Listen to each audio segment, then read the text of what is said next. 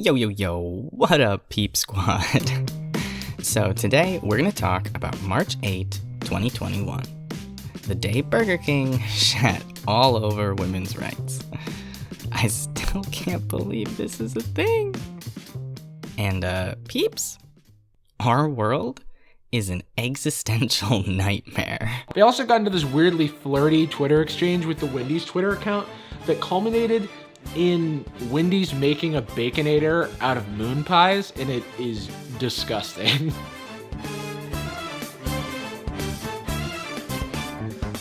We see accounts like Wendy's posting memes and sassy clapbacks, Arby's posting references to our favorite fandoms from Danganronpa to Game of Thrones to the Adventure Zone, and Burger King posting relatable memes about existential dread or using stan Twitter jargon.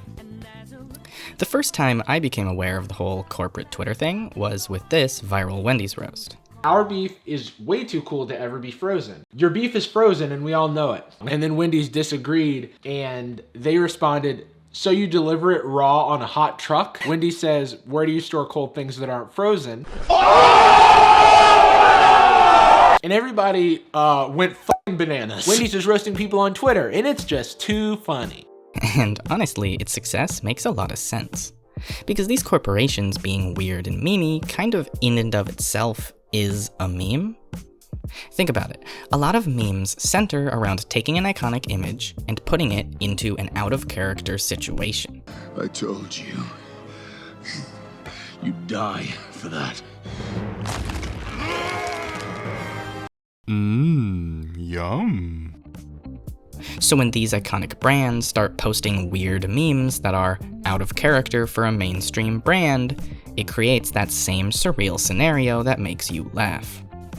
But while it's a meme to you, to these companies, it's ingenious marketing. Regardless, however, the actual impact ends up being the same. Wendy's, a mega corporation with thousands of employees and a CEO who makes millions of dollars a year, is viewed not as a massive, powerful entity, but as a singular, fun, relatable individual. And we're now in this surreal place where brands just feed off of each other's tweets. Every single time there's a brand tweet that gets popular, every other brand starts like springing out of the woodwork like moths drawn to a flame. They're all literally doing the personified Subway joke that Community did. Gang, meet Greendale's newest student, Subway. Except it's not a joke, it's real. And there's hundreds of them. But all in all, it is funny. It's ridiculous, it's absurd, it's an existentialist nightmare making me question my own reality. So yeah, my kind of humor. And what's crazy about all of this is that even as people become slightly more aware and critical of these Twitter accounts, there also hasn't been any major backlash towards Wendy's or any other big fast food chain based on their social media presence. Besides a couple instances of companies tweeting and deleting tone-deaf content, they're still quite popular. Tweeting and deleting tone-deaf content, tone-deaf content, tone-deaf content, Tone-deaf content.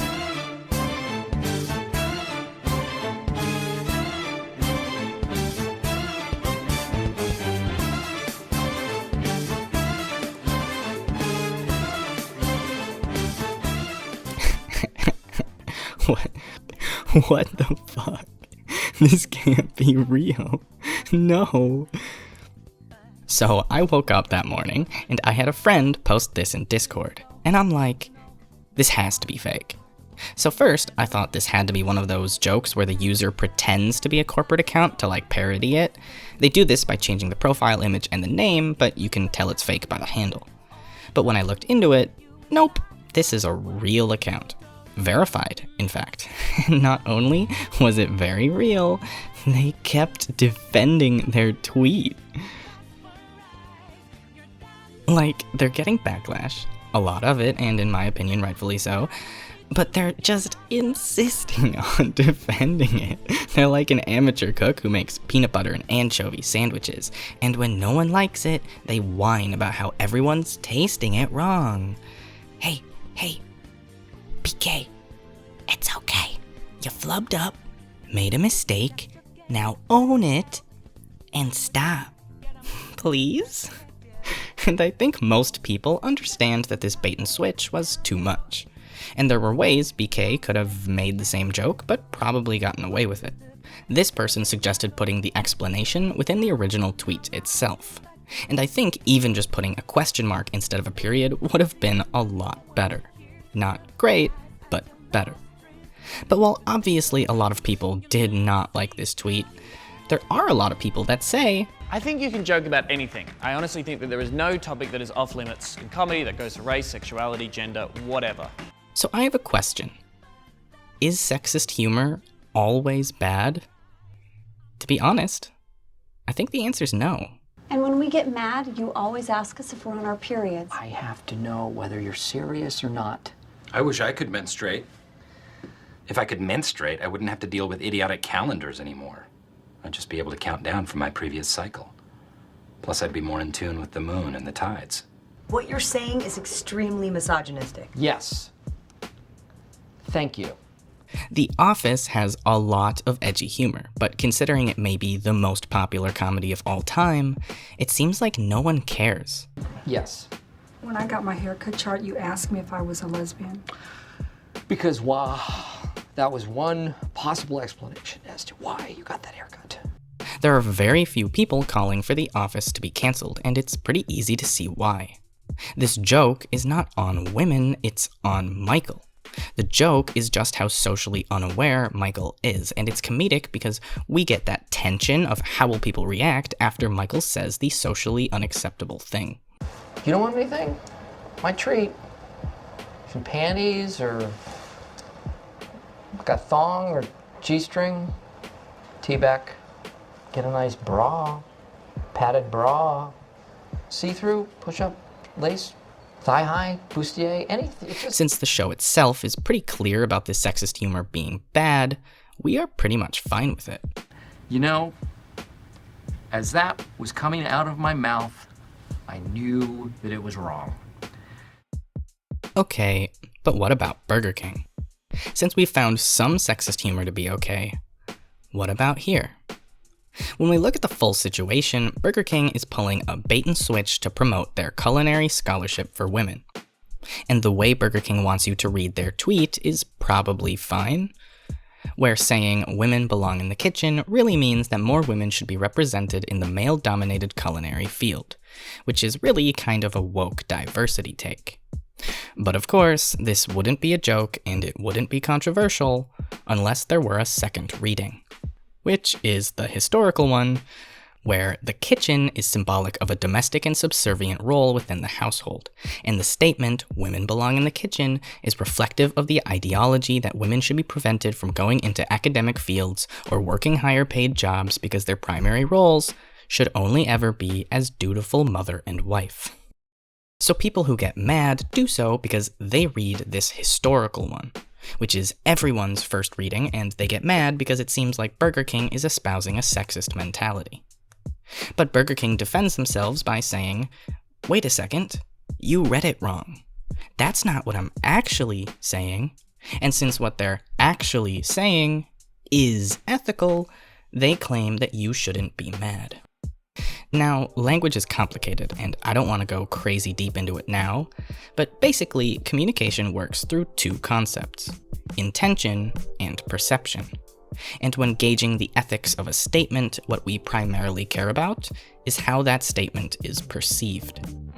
Burger King wants you to be offended, then read the reply, and realize they're actually woke. You've been baited, haha. But the problem is that this isn't how the medium of Twitter works. Just looking at the interaction difference between the original tweet and the explaining reply, it's clear that the vast majority of Twitter users never make it here, and only get that sexist reading.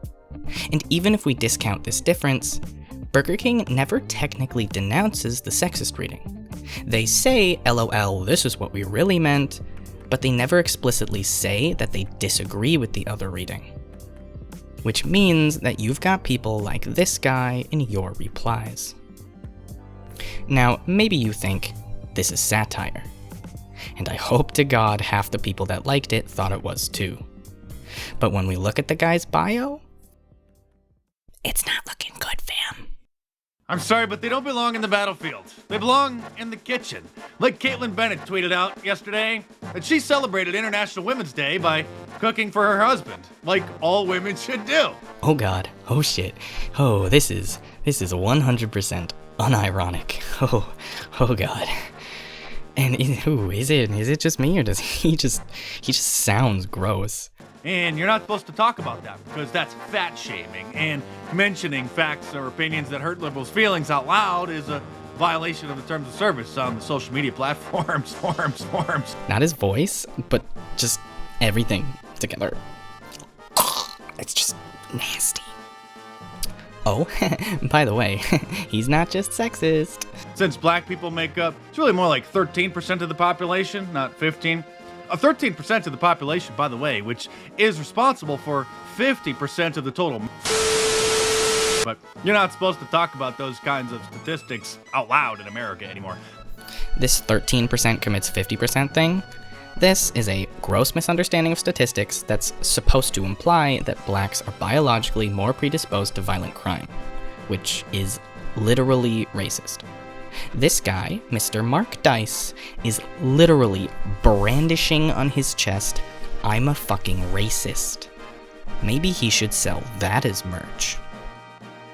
So when this guy is celebrating your tweet, maybe there's a problem, fam. Now, I don't believe that Burger King is sexist. I don't believe that the person behind the account is sexist. And yes, the tweet got deleted many hours later. But even if we ignore the tone-deaf tweet, even if Burger King had posted a perfectly politically correct yay women woke tweet pushing their scholarship for women going into culinary fields, it's still kinda gross. Because here's the thing, Burger King doesn't give a shit about women. This scholarship thing is just one more corporate scheme to manipulate you into thinking they're woke. Even KFC, with their woke best time to delete this meme, doesn't give a shit about women. They're not sexist, but they ain't woke. None of these companies give a shit about women or minorities or kids with cancer. But can this type of marketing be harmful? Absolutely. There's nothing stopping any of these companies from doing shady shit and then hiding behind a cartoon mascot. That fun, relatable anime girl sources her vegetables from farms in Mexico that effectively use slave labor. Responding to people on Twitter who accuse you of using frozen beef is pretty low-hanging fruit, but I doubt there are going to be any fun zingers about workers being slapped for asking for more food or tied to a tree and beaten for trying to leave the farm. The memes, the jokes, the scholarships, the charities, they're all just more ways to manipulate you into buying more product. So the moral of the day is not to cancel Burger King. It's not to stop eating Whoppers. The moral is to remember what these companies really are. They're not cute, memey, relatable people. They're not sexist. They're not woke. They're just massive conglomerates of greed, whose only goal in life is to make more money. I'm Pretentious Epic. What the fuck? And y'all have a nice day. And then they can also be seen roasting their fans because that's apparently what we expect from them. They should call you Moon Bai because nobody likes you. They should call you Kayla because that's how it's supposed to be spelled. Is taking the high road dead in 2018?